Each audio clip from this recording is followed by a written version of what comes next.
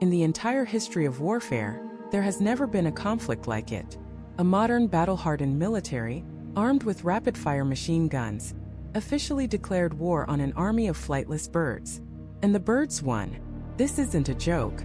It's a documented historical fact from 1932, when the nation of Australia deployed its soldiers to fight and lose against 20,000 emus. How could a professional army, equipped with the deadliest technology of its day, be outsmarted, outmaneuvered, and utterly humiliated by a creature with a brain the size of a walnut? The official reports read like a surreal nightmare. They describe birds that could absorb machine gun fire like feathered tanks, an enemy that employed sophisticated guerrilla tactics, a commander who, with a straight face, compared his avian opponent to an army of unstoppable Zulu warriors. This story is more than just an historical oddity. It's a case study in chaos, a testament to the unpredictable fury of nature, and a warning about human arrogance. And it raises a terrifying question. What did the emus know? How did they coordinate, evade, and counterattack with such baffling precision? The answer to that question is far more shocking than you can possibly imagine, and it reveals a secret about this so-called war that has been buried in old government files for nearly a century. This is the story of the Great Emu War, and the battle for the soul of a nation, fought on a desolate frontier against a foe that simply refused to die. To understand how a country ends up in a shooting war with its own national bird, you have to go back to the end of another much larger war. World War I. The Great War had left scars across the globe, and Australia was no exception.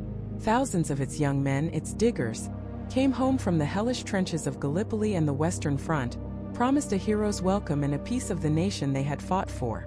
The government, eager to reward their sacrifice and populate the vast, empty expanses of the country, enacted a plan called the Soldier Settlement Scheme. The deal was simple. Take this plot of land, mostly in the rugged, untamed territory of Western Australia, and turn it into a thriving farm. The government would provide the land, you provide the sweat. For thousands of veterans, it was a chance at a new life, a peaceful future carved out of the red dirt. They were promised fertile ground, a fresh start, a paradise. What they got was a purgatory of dust and debt. The land was marginal at best.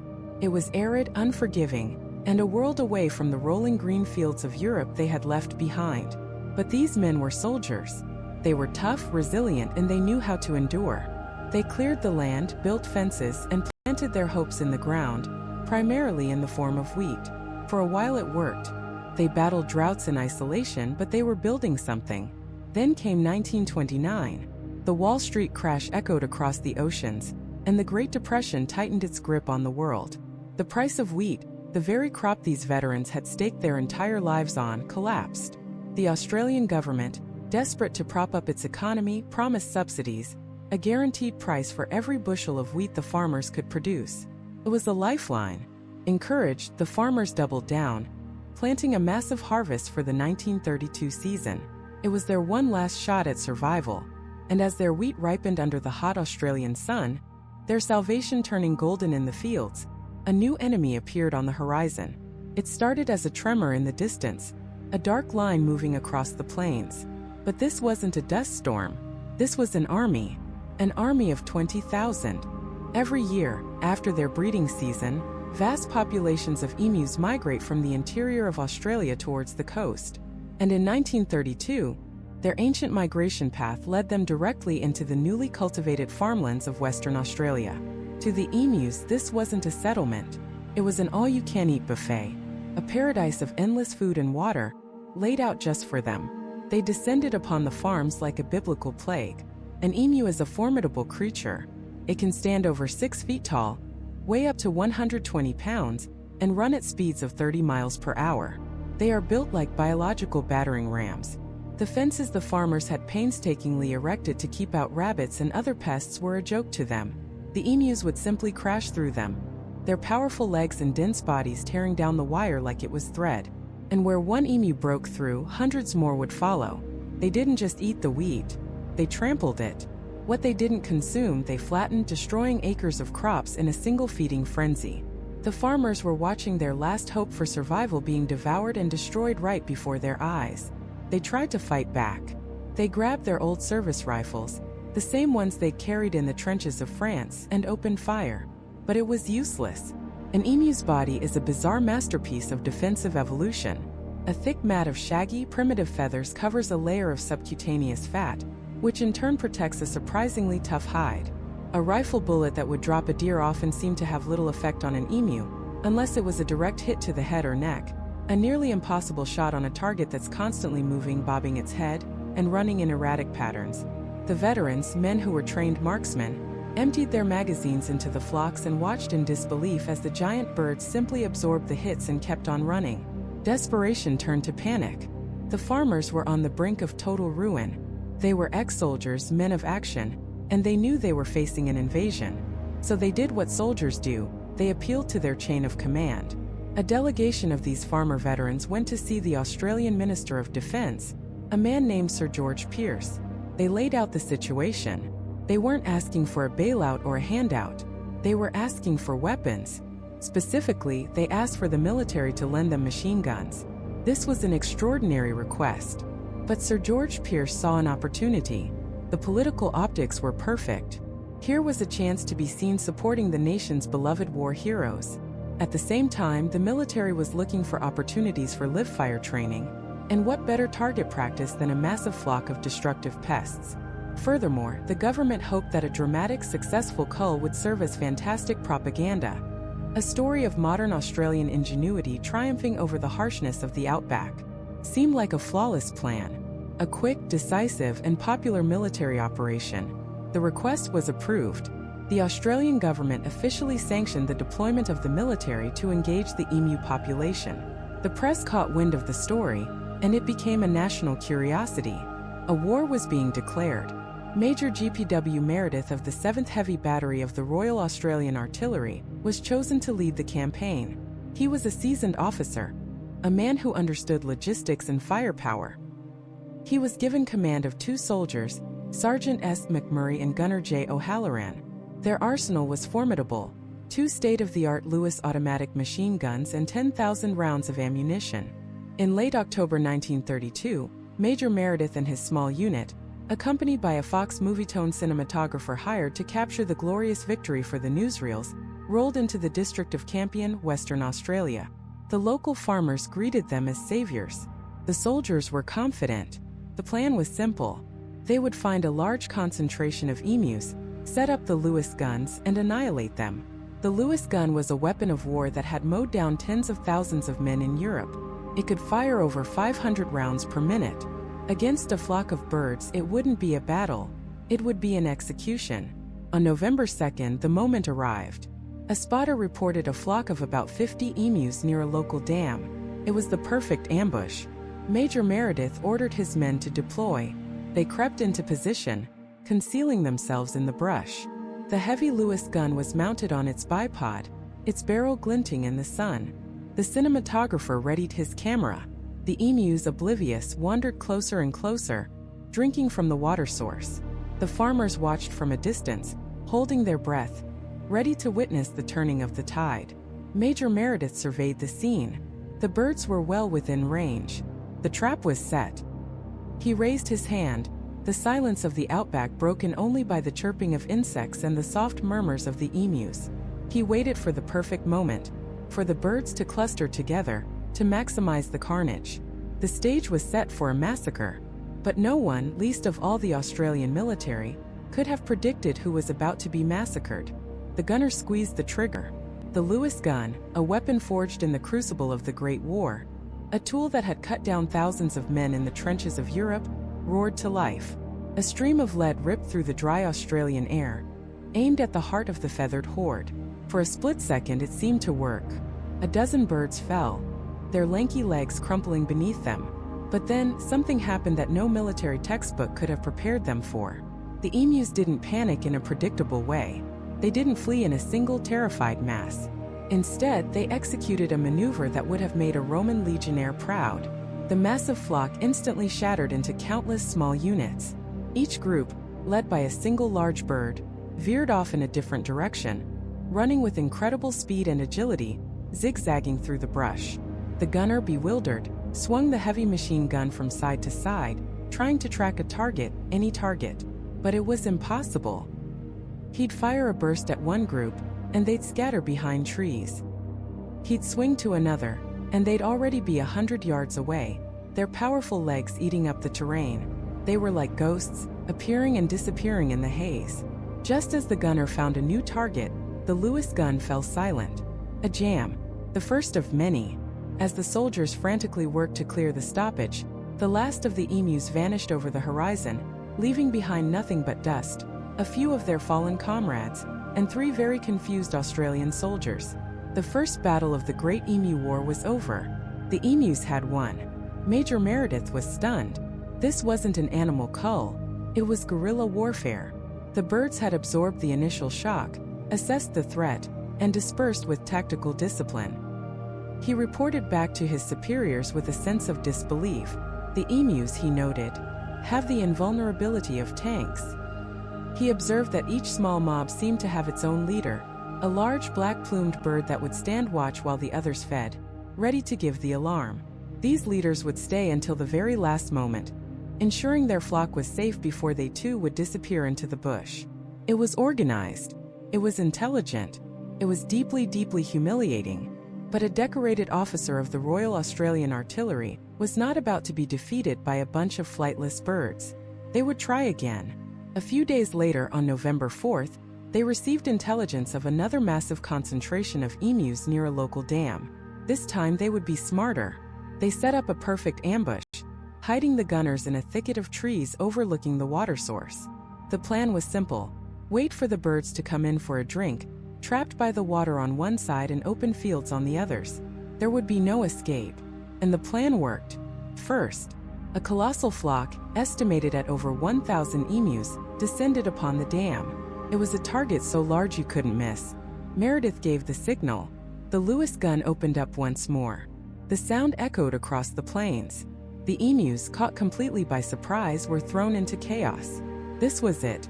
This would be the decisive victory. The gunner let loose 12 rounds. And then silence. The gun had jammed. Again. By the time they cleared the weapon, the 1,000-strong emu army had melted away into the landscape, leaving the soldiers standing in stunned silence, the smell of cordite mixing with the bitter taste of failure. The official report for that day was grimly hilarious. Number of emus killed: uncertain. The soldiers claimed a handful, but the local farmers who watched the fiasco unfold just shook their heads. The legend of the emu army was beginning to grow. They weren't just animals, they were warriors. And they seemed to have a general. Soldiers started talking about one bird in particular. A magnificent, enormous creature, larger than the rest, who seemed to be everywhere. He was never in the front lines, never the first to run. Instead, he would be seen on the periphery, observing the soldiers, seemingly directing his troops with an uncanny intelligence. When the bullets started flying, this giant would let out a deep guttural call, and the flock would respond, scattering with that same infuriating discipline. He was always just out of range, a feathered Napoleon who could absorb machine gun fire into his body like a sponge and keep on running. The soldiers watched him with a mixture of hatred and awe. He was their white whale, their Moby Dick on 2 legs. The numbers were becoming a joke. In this first phase of the war, the military had fired 2,500 rounds of ammunition. The official body count? 50 emus. 50. That's 50 rounds of machine gun fire for every single confirmed kill. It was less of a military operation and more of the world's most expensive and least effective hunting trip. The press got wind of the story, and the mockery began. Newspapers that had once called for military intervention were now running cartoons of emus wearing medals, of soldiers surrendering their rifles to giant birds. One conservationist, the ornithologist Dominic Cervanti, commented dryly that the military's command to open fire had been a farce, and that the emus were proving to be tougher adversaries than the Zulu. Back in the capital, politicians were squirming. The Minister of Defense, Sir George Pearce, the very man who had authorized the mission, was being ridiculed in Parliament. He had sent the army, armed with machine guns, to fight a war on behalf of wheat farmers, and the army was losing. Badly. The whole affair was turning Australia into an international laughingstock. For Major Meredith, this was no longer about pest control. It was personal. He was a veteran of the Western Front, a man who had faced down German artillery and survived. Now his reputation was being shredded by an enemy that couldn't even fly. He saw the smirks on the farmers' faces, read the headlines in the papers. He became obsessed. He studied the emu's movements, their habits, their tactics. He realized that static ambushes were useless. The birds were too fast, too smart, their command structure too effective. They could cover ground at over 30 miles per hour, and the Lewis gun was too heavy and cumbersome to redeploy quickly. If you can't wait for the enemy to come to you, you have to go to the enemy. A new desperate strategy began to form in Meredith's mind. A strategy born of frustration and a burning desire to salvage his pride. He needed mobility. He needed speed. He needed to match the emu's greatest asset. The solution was radical, a little bit insane, and quintessentially Australian. He looked at the heavy Lewis gun. He looked at one of the farmers' beat-up, rugged Ford trucks. And he had an idea. They were going to mount the machine gun onto the back of the truck. They were going to create a makeshift light armor vehicle, a technical decades before the term was even invented. They would no longer lie in wait. They would hunt. They would chase the Emu General and his army across the plains of Western Australia in a high-speed, motorized cavalry charge. It was a plan so audacious, so crazy that it just might work. Or it might lead to a catastrophe even more embarrassing than the ones that had come before. The engine of the truck roared to life, a guttural cough of defiance against the vast, silent landscape. This was Major Meredith's masterstroke. If the emus were too fast, too scattered for a static ambush, he would take the fight to them. He would become the predator. The plan was simple, brutal, and born of pure frustration. They would mount one of the Lewis guns directly onto the back of a truck, creating a mobile weapons platform, a makeshift tank designed not for trench warfare, but for bird hunting on an industrial scale. They would chase the emus down, run alongside the flocks, and pour relentless fire into their ranks at point-blank range. No more missed shots from 1,000 yards. This would be up close and personal. The soldiers, Sergeant McMurray and Gunner O'Halloran, clambered aboard. McMurray took the wheel, his knuckles white on the worn Bakelite.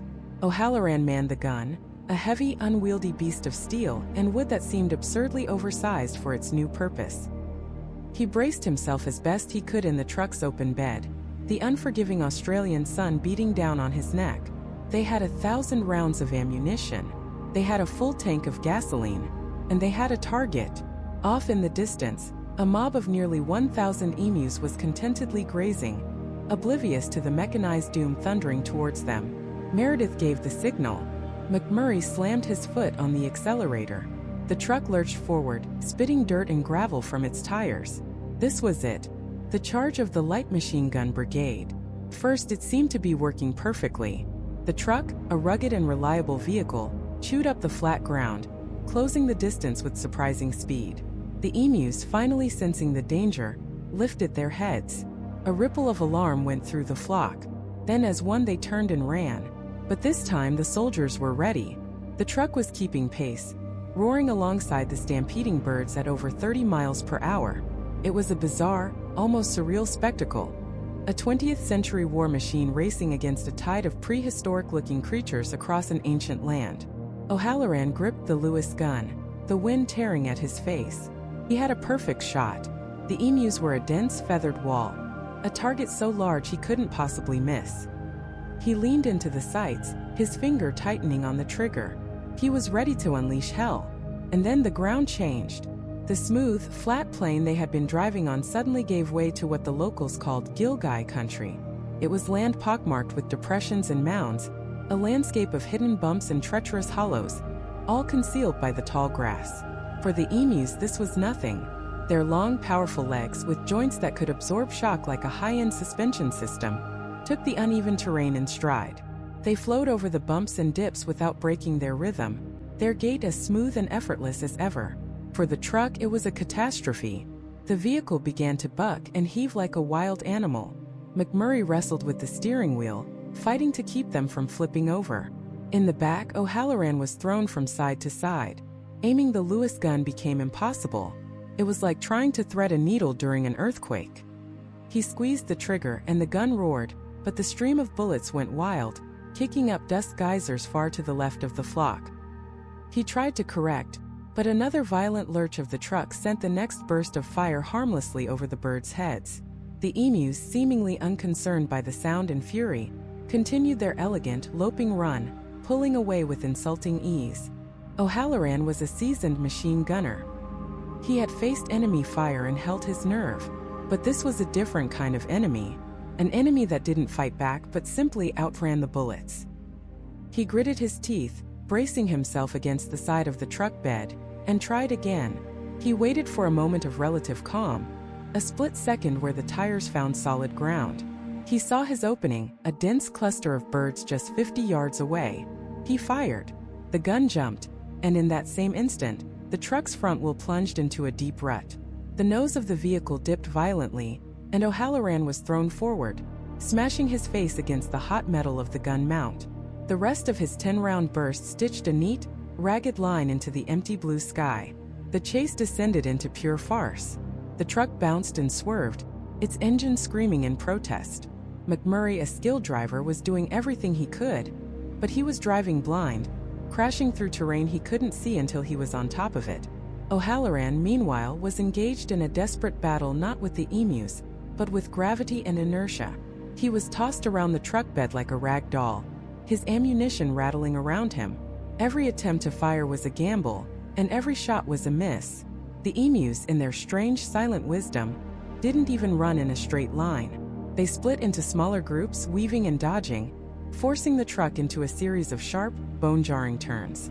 They were using the landscape to their advantage, turning the soldiers' greatest asset, their motorized speed, into their greatest liability. After what felt like an eternity of chaos, McMurray saw his chance. A single emu had broken off from the main group and was running straight across their path. It was a risky move, but they were desperate. He wrenched the wheel, aiming the truck itself like a weapon, intending to cut the bird off. The truck careened towards the emu. O'Halloran, seeing the plan, swung the Lewis gun around. For a brief, glorious moment, the bird was perfectly framed in his sights. This was it. At least one kill to show for this debacle. But the emu was faster. With a final powerful stride, it cleared their path. McMurray, overcorrecting to avoid a collision, swerved too hard. The truck's tires lost their grip on the loose soil. The vehicle slid sideways, its momentum carrying it directly towards a sturdy wire fence marking a farmer's property line.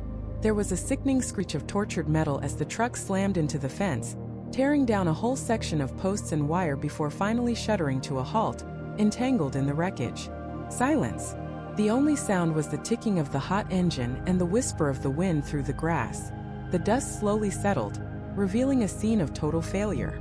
The truck was crippled, its fender crumpled and wrapped in barbed wire. O'Halloran was bruised, bleeding from a cut on his forehead, and utterly demoralized. McMurray just sat behind the wheel, staring into the distance where the last of the emus had vanished over the horizon. They had fired hundreds of rounds. They had driven at breakneck speeds. And they had not managed to kill a single bird. In fact, the only casualty of the great motorized charge was the farmer's fence. Major Meredith, who had been following in a separate car, arrived moments later. He took in the scene: the damaged truck, the dejected soldiers, the complete and utter absence of dead emus. The audacity of his plan had been met by the absurdity of reality. He had tried to fight a modern war with speed and firepower against an ancient foe. And the ancient foe, armed with nothing but long legs and an instinct for survival, had won. They hadn't just escaped. They had made the Australian military look like fools. This wasn't a battle anymore. It was becoming a national humiliation, and the story of the day's disastrous chase was about to leak to the press, turning their private failure into a very public joke. The war was no longer just against the birds. It was now a war against ridicule itself. The first reports trickled out like a slow poison, then flooded the national papers in a torrent of ink and irony. Headlines that would have been laughable just weeks prior were now printed in bold, undeniable type. In Perth, Sydney, and Melbourne, city dwellers reading their morning papers over coffee choked back laughter. "Emu Army battles birds," one headline blared. "Lewis guns versus feathered foes," read another. The story was just too good, too bizarre to be ignored. It was the perfect Depression-era distraction. A tale of the mighty Australian military, renowned for its grit and valor at Gallipoli, now locked in a baffling, fruitless struggle with a mob of flightless birds. For Major GPW Meredith, the ridicule was a tangible thing. He could feel it in the air, See it in the smirks of the local farmers who had initially welcomed him as a savior. His men, professional soldiers, were now the butt of a national joke. Their pride, already bruised, was being systematically dismantled by newspaper columnists who painted them as bumbling fools chasing shadows in the outback. Every spent cartridge, every missed shot, was no longer just a tactical failure. It was another punchline for the nation to enjoy. The pressure was immense. This wasn't just about culling pests anymore. It was about salvaging the reputation of the Royal Australian Artillery. Failure was not an option, yet success seemed impossibly distant. Meredith knew his initial strategy of chasing the emus in trucks was a catastrophic mistake. It was like trying to catch the wind with a net. The birds were too fast, the terrain too rough, and the element of surprise was non-existent. A new plan was needed, a better one that relied on military discipline and tactics, not a mad dash across the plains. His scouts reported a large concentration of emus, perhaps over 1,000 strong, gathering near a local dam. This was his chance for a decisive engagement. Here the emus would come to him. He would set a trap, an ambush. The soldiers moved under the cover of the pre-dawn darkness, their boots crunching softly on the dry earth. They established a concealed position, a perfect kill zone with clear fields of fire. The 2 Lewis guns were set up on their tripods, barrels glinting faintly in the nascent light. The gunners, S. McMurray and J.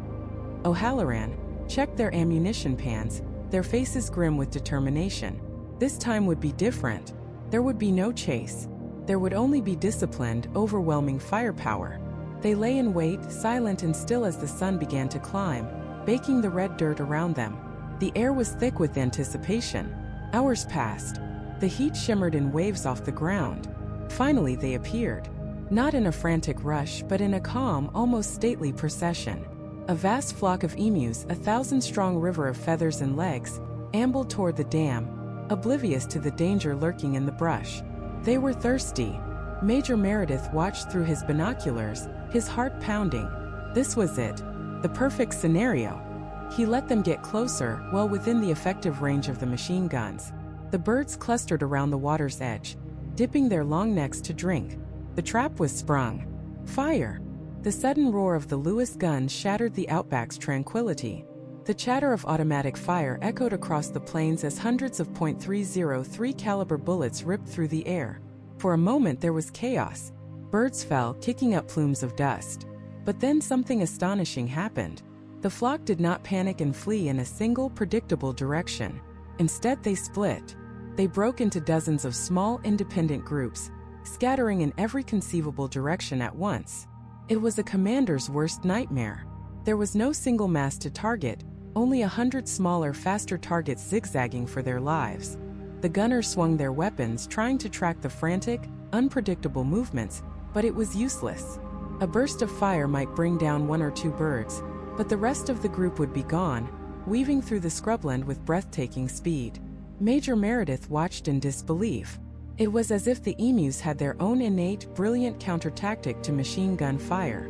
They refused to present a solid target. An ornithologist observing the campaign, Dr. Dominic Cervanti, would later comment with scientific admiration that the Emu Command had evidently ordered guerrilla tactics. He noted their amazing ability to disperse and the invulnerability of individual birds. The firing stopped. The silence that followed was heavier than the noise it replaced. The smell of cordite hung in the hot air. Meredith and his men emerged from their cover to survey the results of their perfectly planned ambush. Out of a flock of over 1,000 emus, a mere 12 lay dead. 12. The soldiers had expended nearly 2,500 rounds of ammunition to achieve this pitiful result. That was over 200 rounds for every single bird killed. The cost, the effort, the sheer waste of it all was staggering. Meredith was apoplectic. In his official report, his professional frustration bled onto the page. He wrote of the birds' uncanny ability to survive what should have been lethal wounds. He described how they could be riddled with bullets and still run for miles, as if their thick, coarse feathers and tough hides were a form of natural body armor. If we had a military division with the bullet-carrying capacity of these birds, he lamented, it would face any army in the world. They can face machine guns with the invulnerability of tanks. This wasn't warfare as he knew it. This was a farce. His enemy had no command structure, no battle plans, no fear of modern weaponry. They were a force of nature, a biological algorithm of survival that his military training was utterly unprepared for. The news of this second, even more spectacular failure reached the capital. The politicians who had so eagerly approved the mission were now beginning to sweat. The public laughter was growing louder, and it was being joined by voices of genuine criticism. Questions were being asked in Parliament. How much was this war costing the taxpayer? Why was the army being used for agricultural pest control? And most importantly, how was it possible that they were so spectacularly, so humiliatingly losing? The Great Emu Cull was rapidly becoming a political liability, and Major Meredith, out in the field with his dwindling ammunition and shattered pride, was about to find out that the emus weren't the only ones with the power to order a retreat. Back in the cities, far from the dust and the gunfire, the story was no longer just a local curiosity. It was a headline, a joke. Journalists, with their pens sharpened like daggers, began to carve up the military's efforts with gleeful sarcasm. The dispatches from the front, meant to be reports of a serious pest control operation, were being twisted into something else entirely. They read like absurdist theater. Tales of machine guns jamming, of birds that could seemingly absorb bullets, of a decorated major being outsmarted by creatures with brains the size of a walnut. An ornithologist, a certain Dominic Cervanti, famously commented that the military's campaign to manslaughter the emus was a fool's errand. He quipped that the army might as well try to stop the tide with a broom. His words and others like them spread like wildfire. In the pubs of Perth and the halls of Canberra, the Great Emu War became a running gag. It was the story of an army, forged in the crucible of the Great War, now locked in a losing battle with big dumb birds. The international press caught the scent of blood in the water, too. A British newspaper ran a story with a cartoon depicting an Australian soldier fleeing in terror from a giant, menacing emu brandishing a feather like a sword. The story was a source of immense embarrassment for a young nation that prided itself on its rugged, can-do spirit and its formidable soldiers. The Anzac legend, a sacred cornerstone of Australian identity, was being tarnished not by a formidable human enemy, but by a flock of feathered buffoons. This public ridicule was a weapon far more powerful than any Lewis gun. It targeted the one thing soldiers and politicians fear more than bullets: their reputation. And the man feeling the heat most intensely was the Minister of Defense, Sir George Pearce. Pearce had authorized this whole affair. It was his signature on the documents, his approval that sent Meredith and his men into the field. Initially, he had likely seen it as an easy win, a bit of positive press, showing the government was responsive to the needs of its struggling farmers. He would be seen as a decisive leader, using the nation's military might to solve a domestic problem. Instead, he was becoming a laughingstock. In the Australian Parliament, the opposition party seized the opportunity. They weren't just laughing, they were furious. Or at least they pretended to be. Politics, after all, is the art of weaponizing outrage. They stood on the floor of the House of Representatives and lambasted the government's decision. Is this what our glorious military has been reduced to? One might have thundered. Fighting wars against our own national emblem? They painted a picture of incompetence, of wasted resources, of a government so out of touch it was literally shooting at birds while its people starved in the Great Depression. Every bullet fired in the wheat belt was a bullet that cost taxpayer money. Every day Meredith's men were in the field was another day of expenses, of salaries, of fuel, all for what? A handful of dead emus and a mountain of public humiliation. The argument was simple and devastatingly effective. The so-called war was a farce, and an expensive one at that. Sir George Pearce was trapped. To continue the operation meant risking further failure and deeper ridicule. Every news report of the emu's continued survival was another nail in his political coffin. But to withdraw? That was an admission of defeat. An official acknowledgement that the Australian military had been bested by birds. It was a choice between being seen as a fool or being seen as a failure. For a politician, the choice is always the lesser of two evils. A prolonged joke is worse than a quick, embarrassing defeat. The bleeding had to be stopped. The decision was made behind closed doors, a quiet, unceremonious conclusion to a very loud and public mess. A telegram was drafted. The order was given.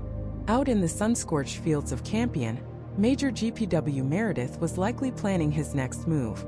Perhaps he was cleaning his guns, or trying to devise a new strategy, a new ambush that the emus wouldn't anticipate. He was a soldier. Soldiers don't quit. They adapt. They overcome. They fight until the objective is taken or they are ordered to stop. And then the order came. It wouldn't have been a dramatic face-to-face confrontation. It would have been a piece of paper, a crackle over a wireless set, a simple, direct message from high command.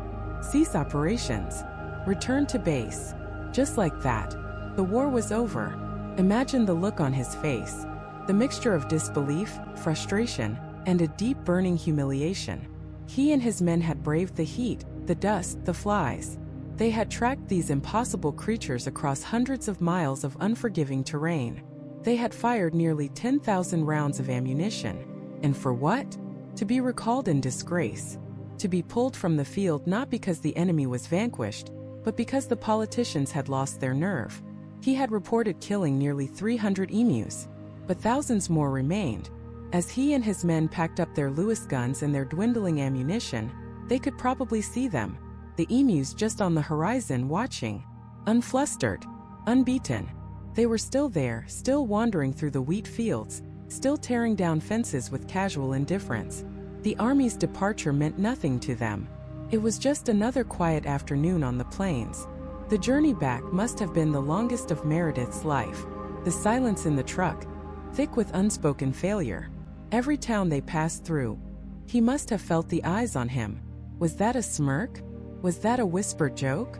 He, a veteran of the bloody campaigns of Gallipoli and the Western Front, where he had faced artillery and machine guns, was now the man who lost a war to a bird.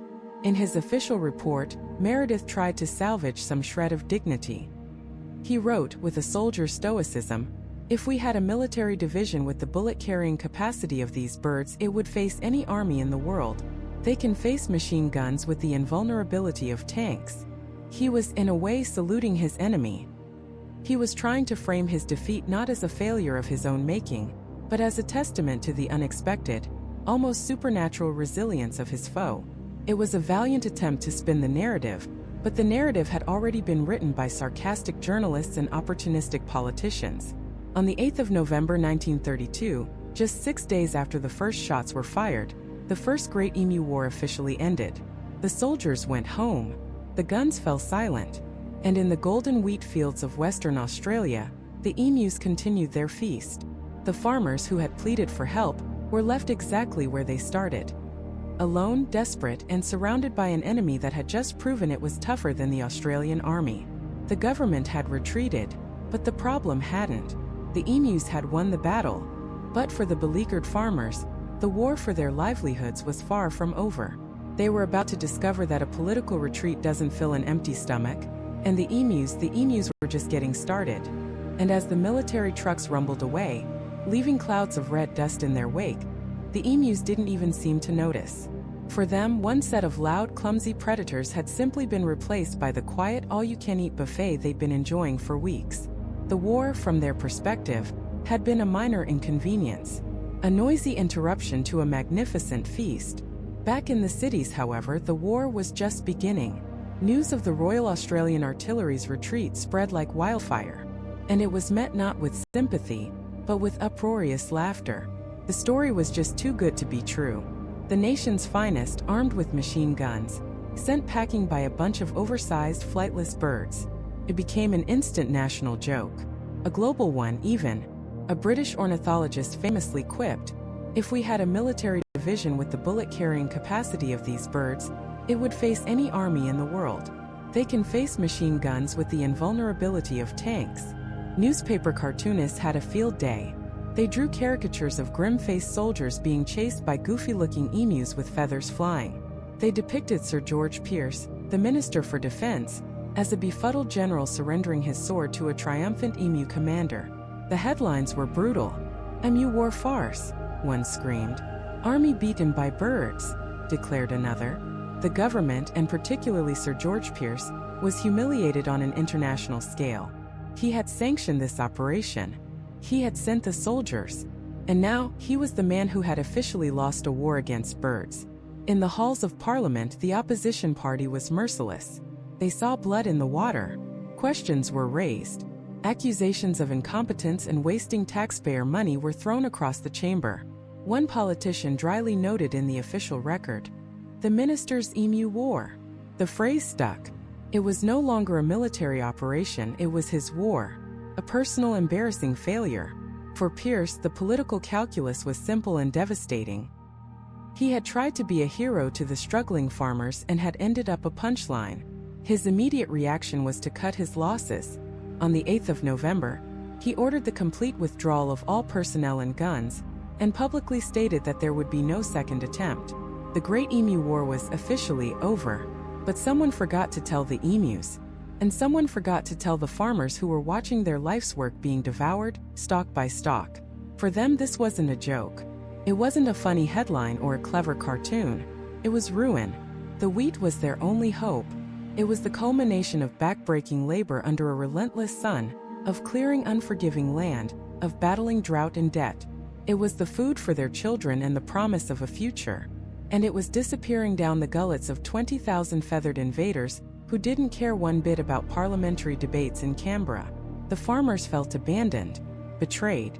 They had pleaded for help, and the help had arrived, only to turn tail and run at the first sign of a worthy adversary.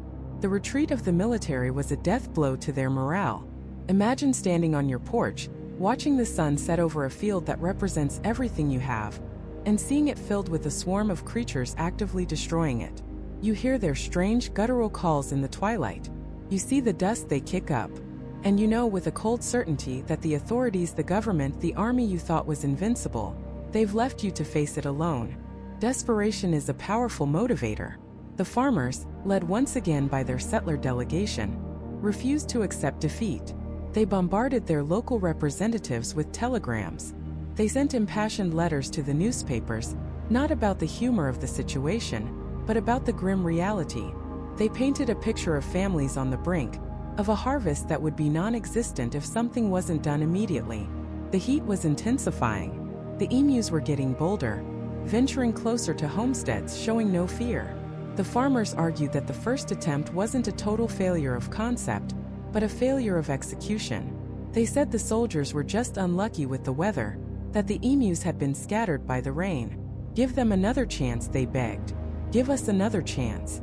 The pressure began to mount, squarely on the shoulders of the man who wanted nothing more than for the whole affair to be forgotten, Sir George Pierce. He was caught between a rock and a hard place. On one side, he had the relentless mockery of the press and his political opponents, who would surely crucify him if he sent the army back in for a second round of humiliation. On the other, he had the very real and very loud cries for help from the veteran settlers. These weren't just any farmers. They were the men the country had sent to the Great War. They were heroes who had been promised a piece of Australia to call their own, and now that promise was being eaten alive. To ignore their pleas was politically dangerous in its own right. It would look like the government was abandoning its veterans in their time of need. The Premier of Western Australia, Sir James Mitchell, threw his considerable political weight behind the farmers. He was a powerful voice, and he argued forcefully that the state could not afford to let the wheat crop fail. The entire region's economy depended on it. This was no longer just about a few farms. It was about the stability of Western Australia during the height of the Great Depression.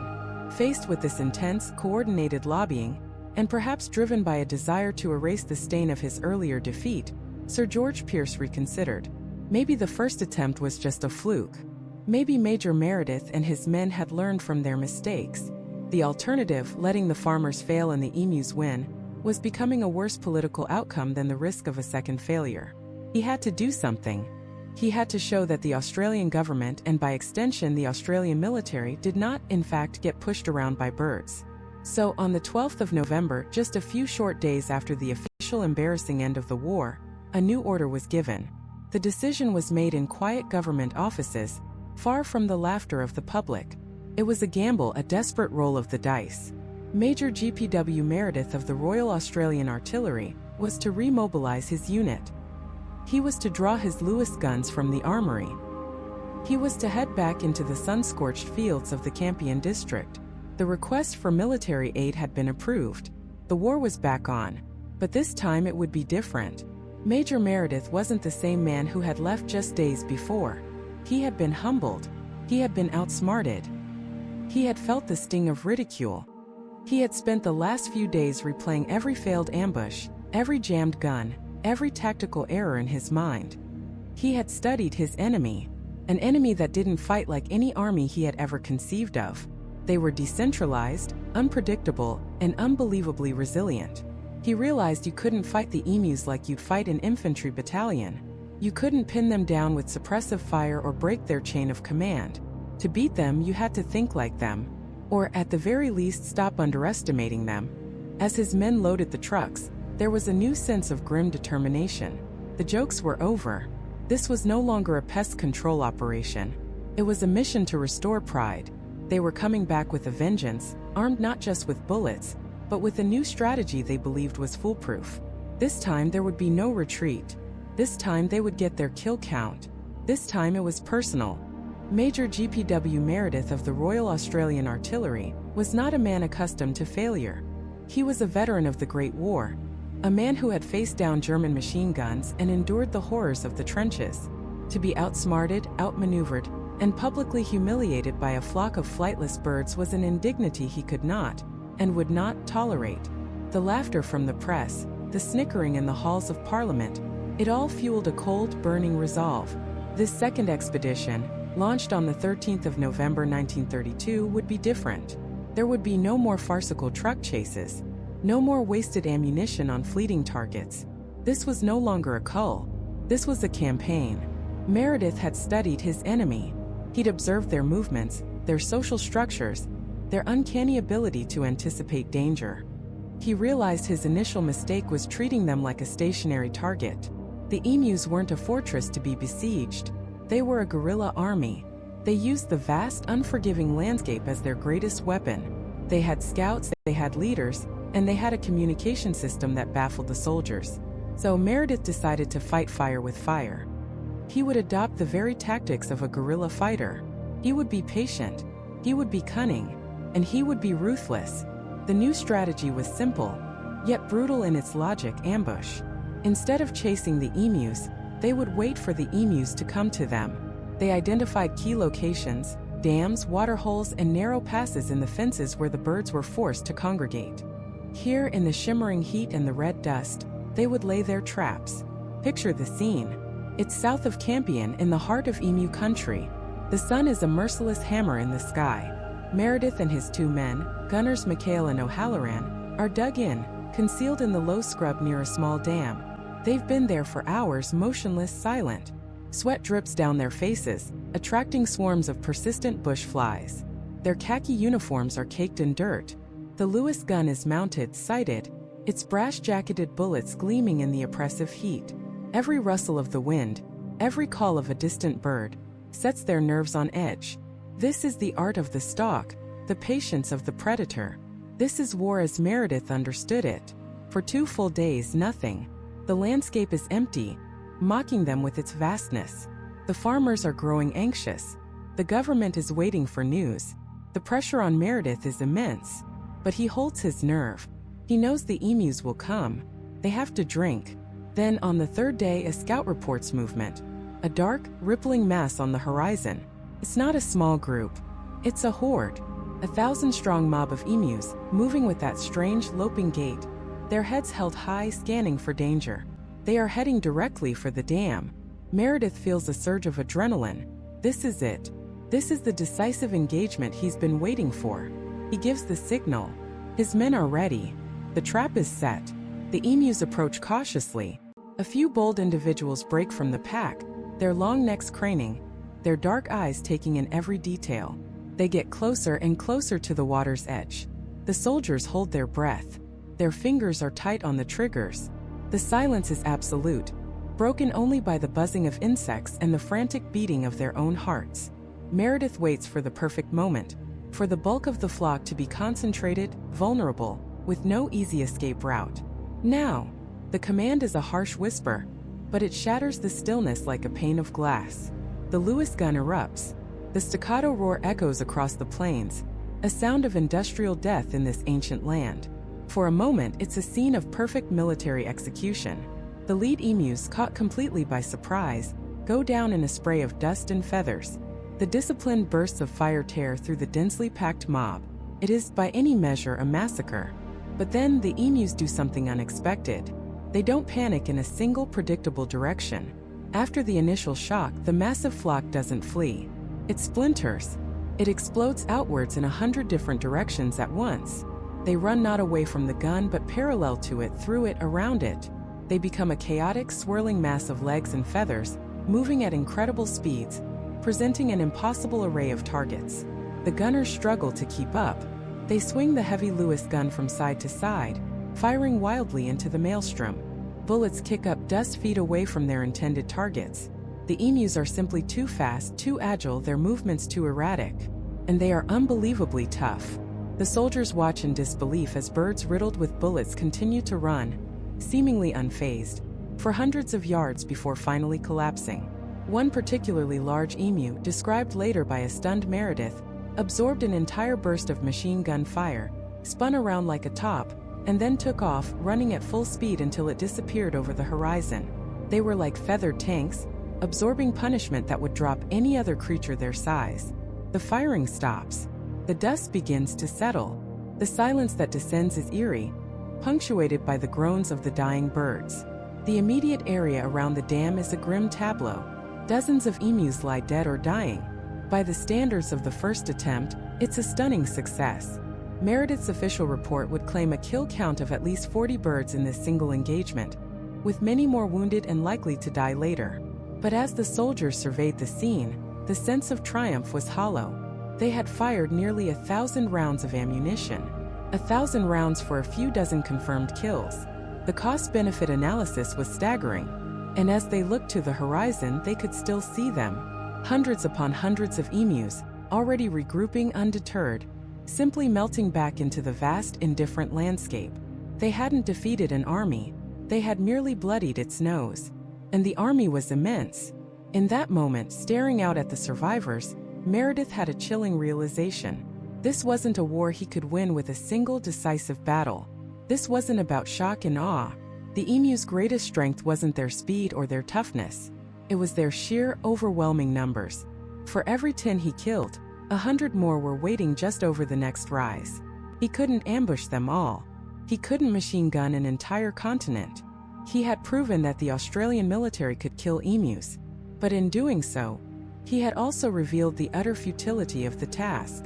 Killing them wasn't the problem was the scale. It was like trying to empty the ocean with a bucket. This campaign wouldn't be won with ambushes and grand tactical maneuvers.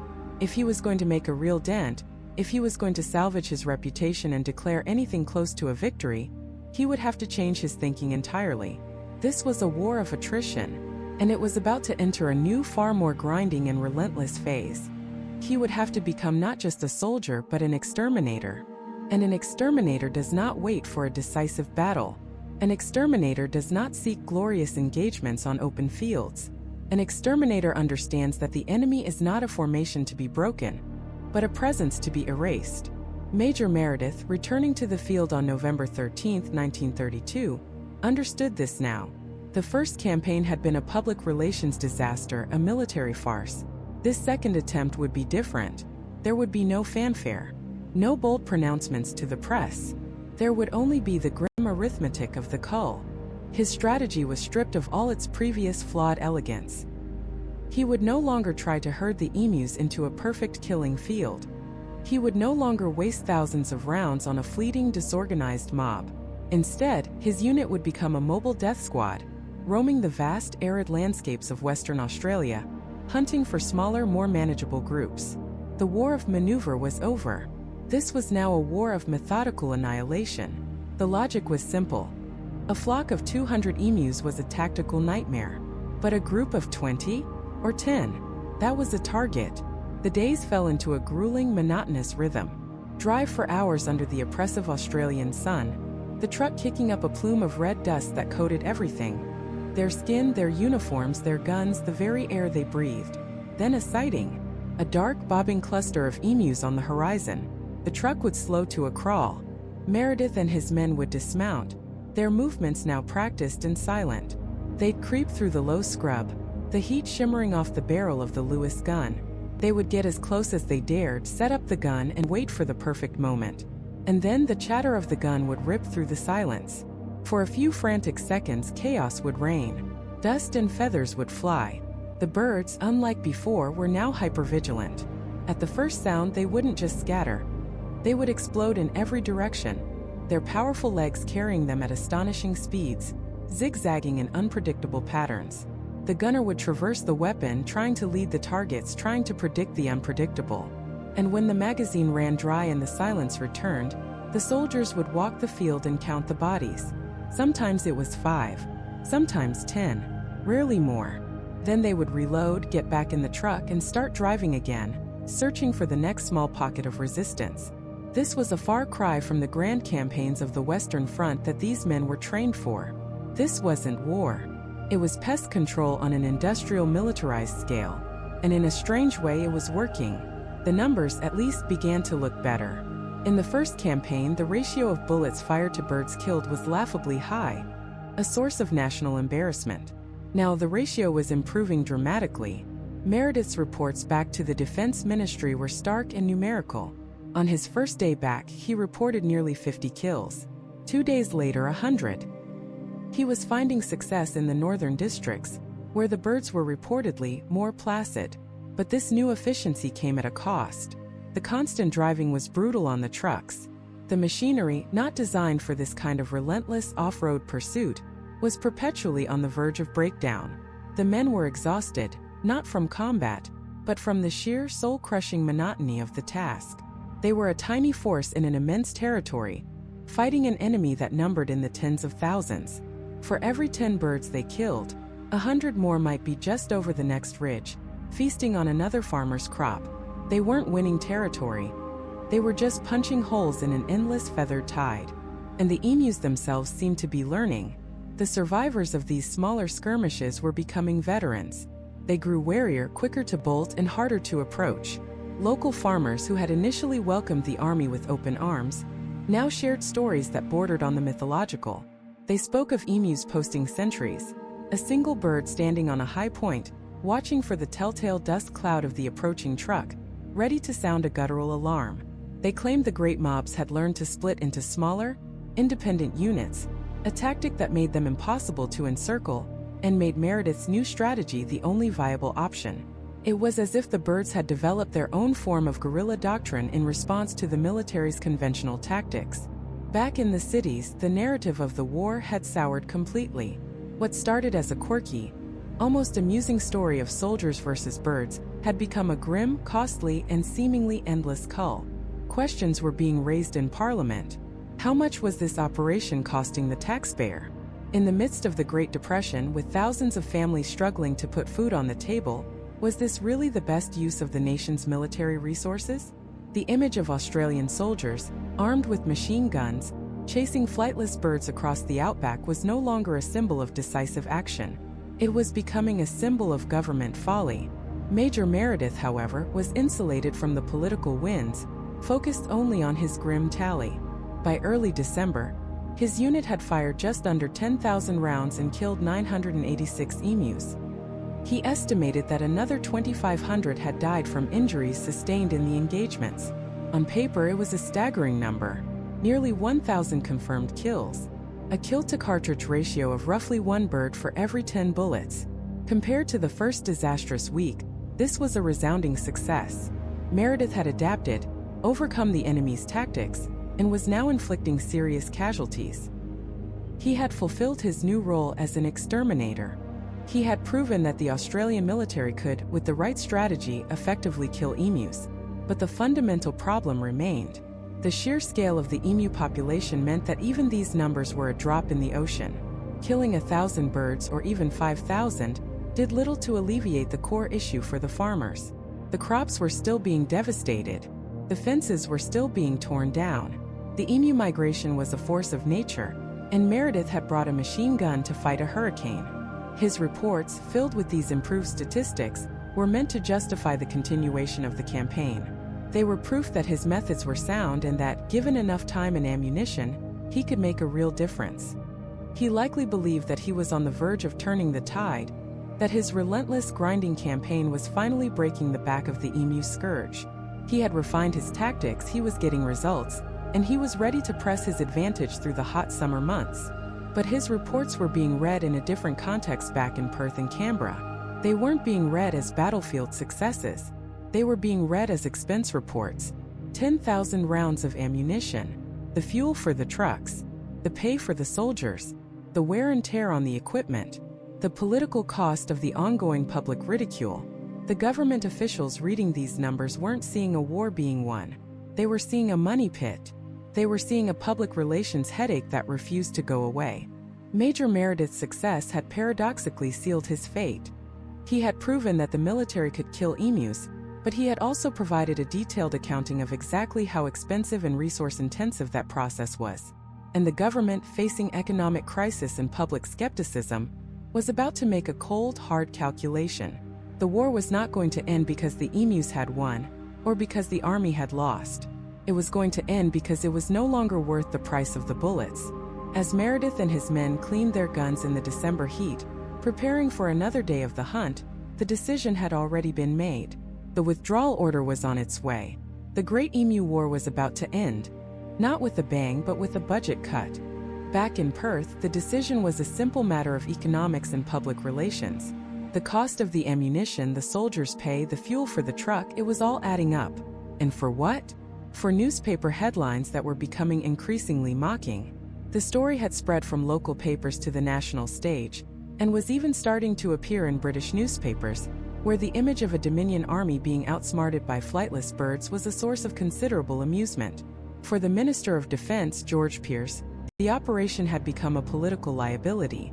The potential gains, saving a few wheat crops, were now massively outweighed by the public ridicule being heaped upon his department and the government as a whole. So on December 10, 1932, the official order was given. The troops were to be recalled. The Great Emu War was over. The message reached Major Meredith and his men in the field. There was no grand ceremony, no declaration of a ceasefire. It was just a quiet, unceremonious end. They packed their gear, cleaned their Lewis guns one last time, and loaded them onto the truck. As they drove away from the dusty farmlands of Campion, they could see them, the emus, standing in the distance watching the strange, noisy metal beast and its human occupants retreat. They had not been eradicated. They had not been scared away. They had, in every meaningful sense, won. The final report was filed. Major Meredith, a professional soldier to the end, gave a precise accounting of the campaign. In the second phase of the war, from mid-November to early December, he reported 986 confirmed kills. This was a vast improvement on the first attempt, but it came at a staggering cost. 9,860 rounds of ammunition had been expended. That's a perfect, almost poetic 10 rounds for every single emu killed. 10 bullets to bring down one bird. Even this successful kill rate was a testament to the sheer difficulty of the task. When you combine this with the paltry numbers from the first attempt, the grand total for the entire military operation was less than 1,200 emus. Meanwhile, the estimated emu population in the region remained stubbornly high, somewhere around 20,000. The army, with its machine guns and military tactics, had barely made a dent. They had simply pruned the edges of a vast feathered legion. Now the battle moved from the wheat fields to the halls of Parliament. Minister Pearce had to stand before his colleagues and the press and justify the entire affair. He tried to put a brave face on it. He argued that the soldiers had performed admirably under difficult conditions. He claimed that the number of emus killed was considerable, and that the operation had at least provided some relief to the beleaguered farmers. He even tried to frame it as a valuable, if unconventional, military exercise. His political opponents were having none of it. They smelled blood in the water. The debate in the House of Representatives was merciless. One member of Parliament dryly asked if a medal was to be awarded for this war. Another sarcastically congratulated the emus on their victory over the Commonwealth's forces. The press, freed from the constraints of wartime patriotism, sharpened their knives. Cartoons appeared depicting giant, decorated emu generals leading their troops against a tiny, hapless Australian army. The name The Great Emu War was coined not as a title of respect, but as a term of pure mockery. It was a joke, and the whole world was starting to get in on it. An ornithologist named Dominic Cervanti, a prominent conservationist voice at the time, summed up the public's feeling of absurdity. He wrote scathingly that the military's dream of mowing down emus in dense masses with machine guns was quickly dashed. The emus, he noted, proved themselves masters of guerrilla warfare. He described how the birds, after the first volley, would break up into countless small groups, making them impossible targets. The military command, he mocked, had evidently ordered a war on the lines of the Zulu campaigns, a war of extermination. But the emus were not Zulus. For the farmers, the original petitioners of this bizarre scheme, the withdrawal was a bitter pill to swallow. The soldiers were gone, the laughter from the cities echoed in the papers, but their problem remained. The emus were still there, still trampling fences, still devouring crops.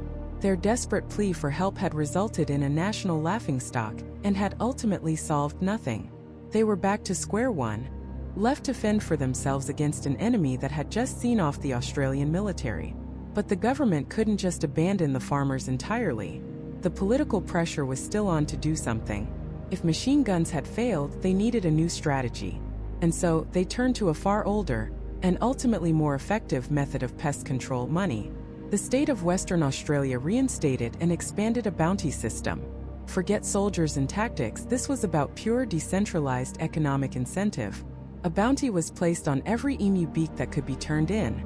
Now the war was to be fought not by a handful of soldiers, but by the farmers themselves, by professional hunters, and by anyone else in the outback with a rifle and an eye for a quick buck. This new, privatized war was brutally effective. The official records show that in just 6 months during 1934, over 57,000 bounties were claimed. 57,000.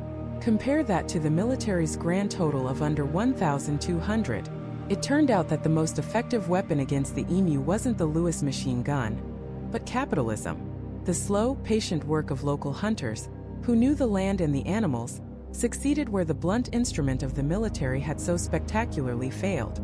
The bounty system would continue in various forms for decades, and it was this quiet, unglamorous campaign of attrition that would eventually bring the emu population under control, not the headline-grabbing war.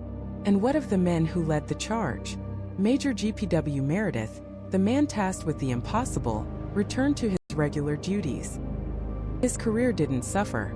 He was seen as a good soldier who had followed orders and done his best in a ridiculous situation. But the shadow of the emus followed him. He would forever be known as the commander who lost a war to a flock of birds. It became an anecdote, a piece of trivia attached to his name, obscuring a career that was otherwise perfectly respectable. He was the general of a joke army, a footnote in a comedy of errors. Minister George Pearce, the politician who approved the plan, fared a little worse. While he remained a significant figure in Australian politics for years, the Emu War became a permanent stain on his record. It was a go-to example for his opponents of government waste, incompetence, and harebrained schemes. Every time he spoke of military efficiency or sound economic management, the ghosts of 10,000 wasted bullets and a victorious army of emus were there to undermine him. In the end, the only participant to emerge from the Great Emu War with its dignity not just intact, but enhanced, was the emu itself. The bird had faced modern weaponry and had won. It had outwitted military strategists, exhausted professional soldiers, and baffled a government. It had become more than just a pest. It was now a symbol of the wild, untamable nature of the Australian continent, a symbol of unexpected, awkward, and frankly hilarious resistance. The emus didn't know they were fighting a war, but they won it anyway, securing their place not just in the ecosystem of Western Australia, but in the folklore of the entire world. The official conflict was over, the guns were silent, but the legend of the war was only just beginning to be written. And what a legend it became! The story of the military's retreat spread like wildfire, first through Australia, and then across the globe. The press had an absolute field day. A London newspaper quipped that the emus had proven that the bulletproof nature of the Australian soldier had been passed on to its wildlife. Ornithologists who had warned against the operation from the start offered their own scathing, yet brilliant, commentary. A man named Dominic Cervanti famously wrote, "The machine gunner's dreams of point-blank fire into serried masses of emus were soon dissipated. The emu command had evidently ordered guerrilla tactics, and its unwieldy army soon split up into innumerable small units that made use of the military equipment uneconomic. A crestfallen field force therefore withdrew from the combat area after about a month. Major Meredith, in his official report, tried to salvage some dignity. He praised the emu's uncanny ability to face down modern weaponry, stating, "If we had a military division with the bullet-carrying capacity of these birds, it would face any army in the world. They can face machine guns with the invulnerability of tanks." He compared their evasive maneuvers to those of Zulu warriors, a high, if backhanded, compliment. But no amount of poetic reporting could hide the simple, embarrassing truth. The Royal Australian Artillery had been outsmarted, outmaneuvered, and ultimately defeated by a flock of flightless birds. The government, facing ridicule and pressure from the still suffering farmers, knew they couldn't just give up. But they also knew sending the army back in was a public relations disaster waiting to happen. So they turned to a far less glamorous, but infinitely more effective solution: economics. They reinstated a bounty system. The government offered cash for every emu beak turned in. Suddenly, the problem wasn't a military objective. It was a freelance gig. Farmers, professional hunters, and anyone with a rifle and some free time now had a direct financial incentive to cull the emu population. The results were staggering. In just 6 months of 1934, over 57,000 bounties were claimed.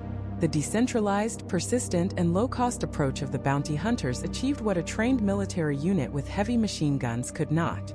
There was no glory, no headlines about brave soldiers, just a quiet, brutally efficient campaign of attrition that finally began to ease the pressure on the wheat fields. And then came the final, most enduring solution, the one that truly ended the conflict. It wasn't a gun, a bomb, or an army. It was a fence.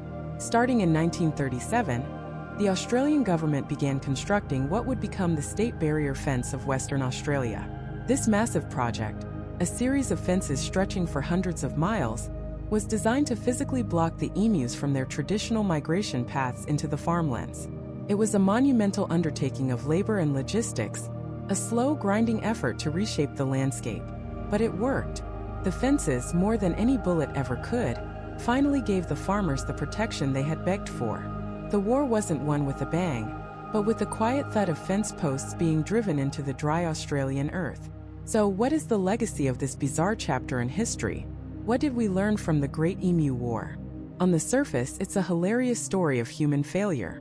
It's a classic underdog tale where the underdog happens to be a 6-foot-tall bird with a brain the size of a walnut. And that's why it has become an immortal internet meme. A piece of trivia so absurd it sounds made up. It's a story that reminds us that history isn't always about stoic generals and grand strategies. Sometimes it's about sheer, unadulterated chaos. But if you dig a little deeper, the lessons become more profound. The Great Emu War is a perfect, almost comical illustration of the limits of conventional power. It shows how trying to solve a complex ecological problem with a blunt instrument of force is doomed to fail. The Australian military was equipped to fight other soldiers, to follow orders, and to execute precise battlefield maneuvers. They were not equipped to fight a decentralized, unpredictable, and highly mobile force that didn't play by any known rules of engagement. A force that was, in essence, nature itself. It's also a powerful lesson in humility. The whole conflict was born from an underestimation of the adversary. The government, the military, and the farmers saw the emus as nothing more than pests, a mindless nuisance to be easily swept aside. They failed to respect their resilience, their speed, and their innate survival instincts honed over millions of years. The emus weren't fighting a war for territory or ideology. They were fighting for food, for water, for the simple continuation of their species along ancient paths that humans had suddenly decided to pave over with wheat. And that, perhaps, is the most important takeaway. The Great Emu War wasn't really a war against emus. It was a war against the consequences of our own actions. The farmers had moved into the emus' territory, planting tempting crops right in the middle of their migratory routes during a harsh drought. The conflict was inevitable, a clash between human expansion and the unyielding patterns of the natural world. The emus didn't declare war. They were just trying to survive in a world that was rapidly changing around them. Today, the emu is a national symbol of Australia, featured on its coat of arms alongside the kangaroo. They represent a nation moving forward, as neither animal can easily walk backward. But for those who know the story, the emu represents something else entirely. It represents resilience. It represents the surprising strength of the natural world.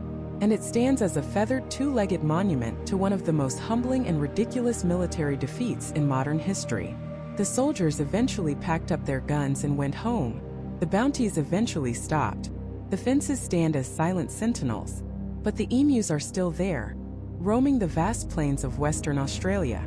They faced down an army, and against all odds they endured. They remain the strange, unlikely, and forever undefeated champions of the Great Emu War.